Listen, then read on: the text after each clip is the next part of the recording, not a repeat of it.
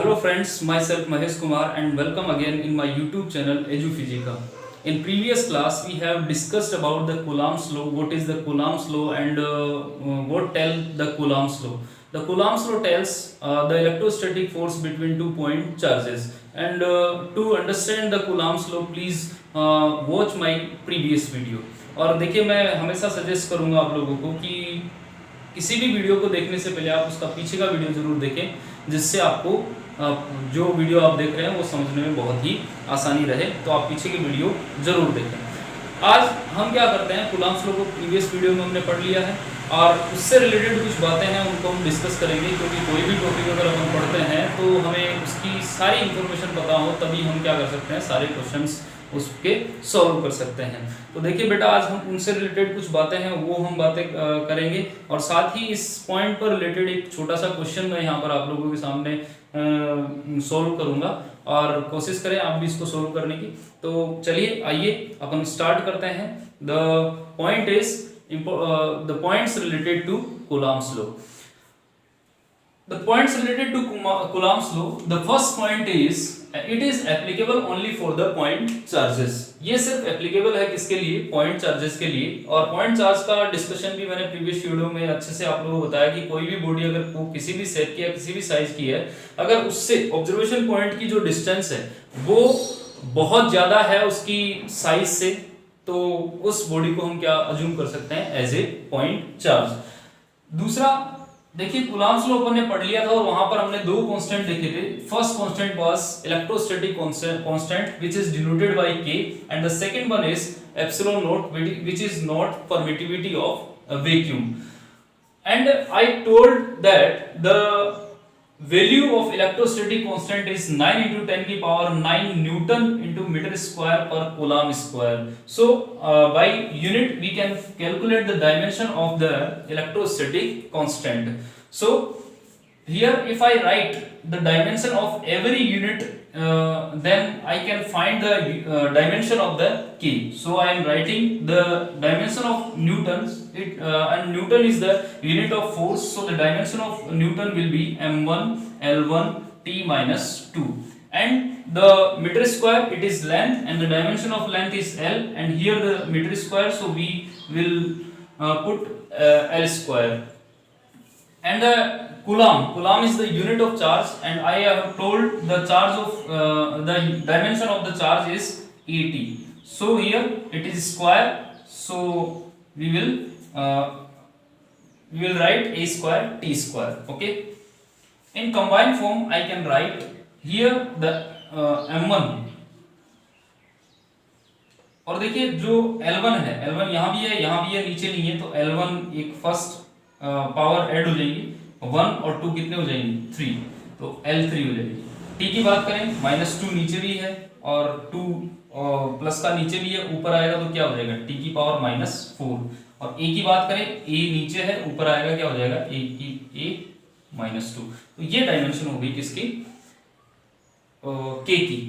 फिर हम बात करते हैं डायमेंशन ऑफ एप्सिलॉन नोट। और देखिए एप्सिलॉन नोट के लिए जब मैंने बताया था कि एप्सिलॉन नोट का जो यूनिट होता है वो इनवर्स होता है किसके, K के। तो यहाँ पर यूनिट क्या हो जाएगी, coulomb square newton into metre square. तो डायमेंशन में भी हम जो प्लस वाली डायमेंशन है उसको किसकी कर सकते हैं, माइनस की, और माइनस वाले को किसकी कर सकते हैं, प्लस की। तो इसकी डायमेंशन क्या हो जाएगी m-1 L-3 T की पावर 4 A की पावर +2। ठीक है, तो ये डायमेंशन होगी किसकी, एप्सिलॉन नोट की। ये डायमेंशन होगी एप्सिलॉन नोट की। तो इजी वे में आप इसकी डायमेंशन क्या कर सकते हो, कैलकुलेट कर सकते हो। फिर हम थर्ड पॉइंट पे आते हैं, electrostatic force is a conservative in nature. Electrostatic जो फोर्स होता है वो कौन से नेचर का होता है, कंजर्वेटिव नेचर का होता है। और कंजर्वेटिव फोर्स आपने 11th क्लास में पढ़े होंगे और एक डेफिनेशन आपने वहां पर पढ़ी होगी कंजर्वेटिव फोर्स की।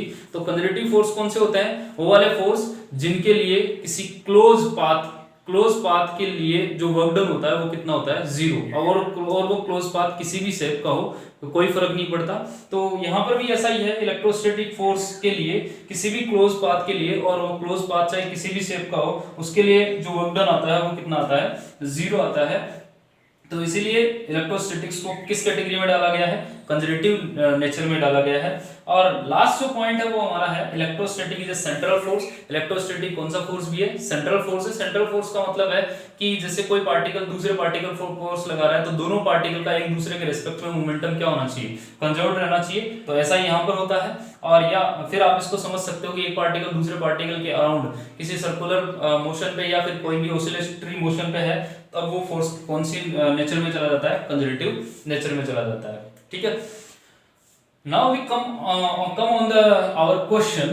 The question is, please read the question, pause the video and try to solve this question. और देखिए आपके पास पॉज का ऑप्शन है, आप इसको पॉज करके सोल्व आप खुद ट्राई कर सकते हैं। नहीं आता है तो देखो मैं सॉल्यूशन कर ही रहा हूँ। Read the question. The question is a particle of mass m, एक पार्टिकल है मास m का, कैरिंग चार्ज q1 और उस पे चार्ज कितना है? q1 और प्लस का है, is revolving around a fixed charge minus Q, और एक नेगेटिव क्यू चार्ज है उसके राउंड क्या कर रहा है? रिवॉल्व कर रहा है इन ए सर्कुलर पाथ। कौन से पाथ में? सर्कुलर पाथ में। किस रेडियस के? r रेडियस के। तो हमें कैलकुलेट करना है कि उसका पीरियड ऑफ रिवोल्यूशन या टाइम पीरियड क्या होगा, और साथ ही उसकी स्पीड भी हमें यहाँ पर कैलकुलेट करनी है। तो देखिए बेटा, यहां पर मैं सपोज करो ये मेरे पास कोई नेगेटिव क्यू चार्ज है, ठीक है, और ये नेगेटिव क्यू चार्ज है, और यहां से स्मॉल r डिस्टेंस पे एक कोई पॉजिटिव क्यू चार्ज है। ये आपके पास पॉजिटिव q1 चार्ज है। जो दूसरा है वो जो जिसके अराउंड रोटेट हो रहा है वो कौन सा है? q2 है। और ये नेगेटिव क्यू चार्ज इस रेडियस r वाले सर्कुलर पाथ में क्या हो रहा है? इसके अराउंड क्या हो रहा है? रिवॉल्व हो रहा है। ठीक है। तो अब ये जो क्यू चार्ज है रिवॉल्व हो रहा है, तो इस क्यू चार्ज के पास कोई ना कोई वेलोसिटी होगी।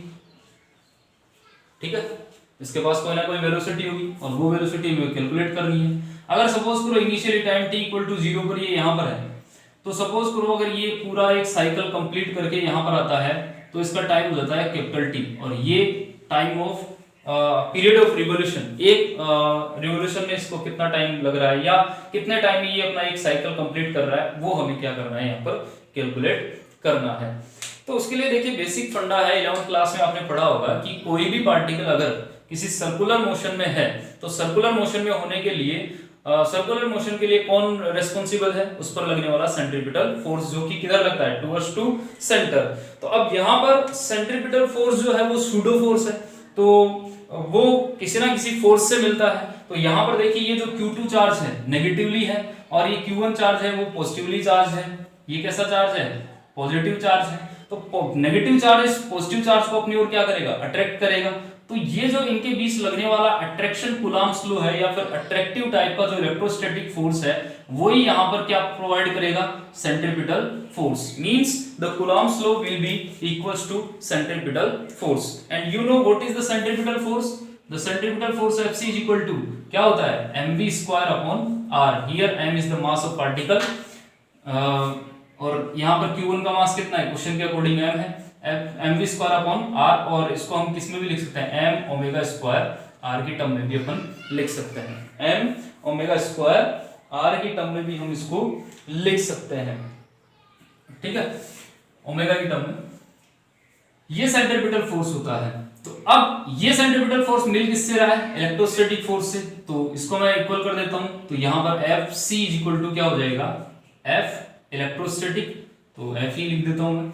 अब सेंट्रीपिटल फोर्स क्या होता है वो मैंने ऊपर बता दिया, mv square upon r is equal to F electrostatic force, जो कि कूलम्ब्स लॉ है, और दो पॉइंट चार्जेस के बीच में Coulomb's law K Q1 Q2 upon में क्या आ जाएगा? r square.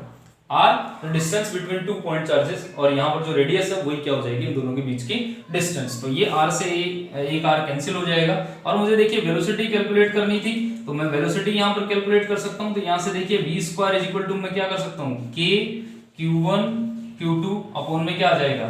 m, और k की वैल्यू मैं लिख सकता हूँ यहाँ पर, तो v square is equal to 1 upon 4 pi epsilon naught Q1 Q2 upon में क्या आ जाएगा? m, और v की वैल्यू कैलकुलेट करनी है, तो यहाँ पर v इज इक्वल टू क्या हो जाएगा?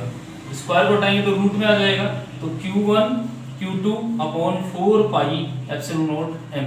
तो आप इसको स्टैंडर्ड फॉर्मूले के फॉर्म में भी क्या कर सकते हैं? यूज कर सकते हैं। जब भी ऐसा कोई न्यूमेरिकल टाइप का कोई क्वेश्चन आए, यहाँ डाटा गिवन हो, इसी टाइप का कोई लैंग्वेज हो, तो आप इस डायरेक्ट रिजल्ट को भी क्या कर सकते हैं, यूज कर सकते हैं।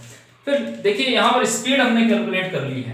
अब सेकंड है जो हमें क्या कैलकुलेट करना है, टाइम पीरियड टी कैलकुलेट करना है। तो आप लोगों को पता होना चाहिए यहाँ पर जो ओमेगा होता है वो कितना होता है, 2 पाई अपॉन कैपिटल टी।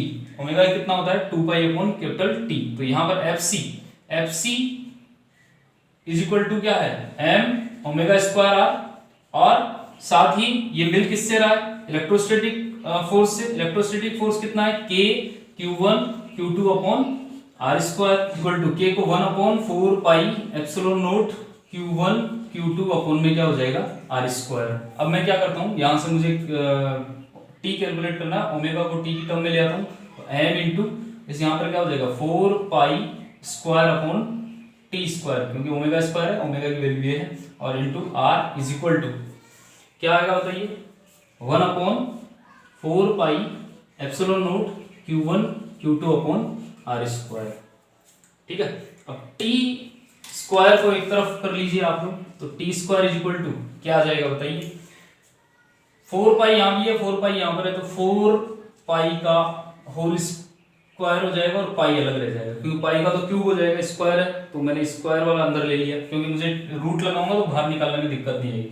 इधर से भी आर स्क्वायर आएगा और आर ऑलरेडी है, बोलिए, और m ऑलरेडी प्रेजेंट है, और उधर से Q1 और Q2 और आ जाएंगे, तो Q1 और Q2।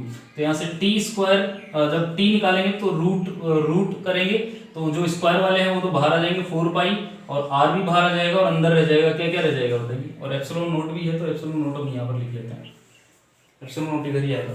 तो यहाँ पर रूट में क्या क्या आ जाएगा, ऊपर तो क्या रह जाएगा, एप्सिलॉन नोट, एक पाई आ जाएगा, एक आर आ जाएगा, एक एम आ जाएगा, अपॉन में क्या आ जाएगा Q1 और Q2। तो ये आपके पास क्या हो जाएगा, इसका टाइम पीरियड। तो बच्चों ये क्वेश्चन कंप्लीट हो गया। तो बच्चों अपन अपने नेक्स्ट टॉपिक पे चलते हैं, जो कि क्या है, vector representation of Coulomb's law. और इसी टॉपिक के अंदर देखिए, जो बोर्ड के अंदर सीबीएसई आरबीएसई पूछता रहता है, ये क्वेश्चन भी है, prove that Coulomb's law follow the Newton's third law, यानी कि न्यूटन्स थर्ड लॉ को फॉलो करता है Coulomb's law. And what is the Newton's third law, you know every action has equal and opposite reaction. तो देखिए अब हम बात करते हैं इस क्वेश्चन के को सॉल्व करने की, या फिर समझिए कि इस टॉपिक को पढ़ते हैं। तो देखिए क्या है, मुझे क्या करना है, कूलम्ब्स लॉ के लिए वेक्टर रिप्रेजेंटेशन देना है। कूलम्ब्स लॉ 2 पॉइंट चार्जेस के बीच में लगता है, और 2 पॉइंट चार्ज मैंने यहाँ पर शो किए हैं। First is Q1 and the second one is Q2, and the position vector with respect to origin, the Q1 is at R1 position and Q2 is at R2 position, and the position of Q1 relative to Q2 and Q2 with respect to Q1 are given R21 and R12 also.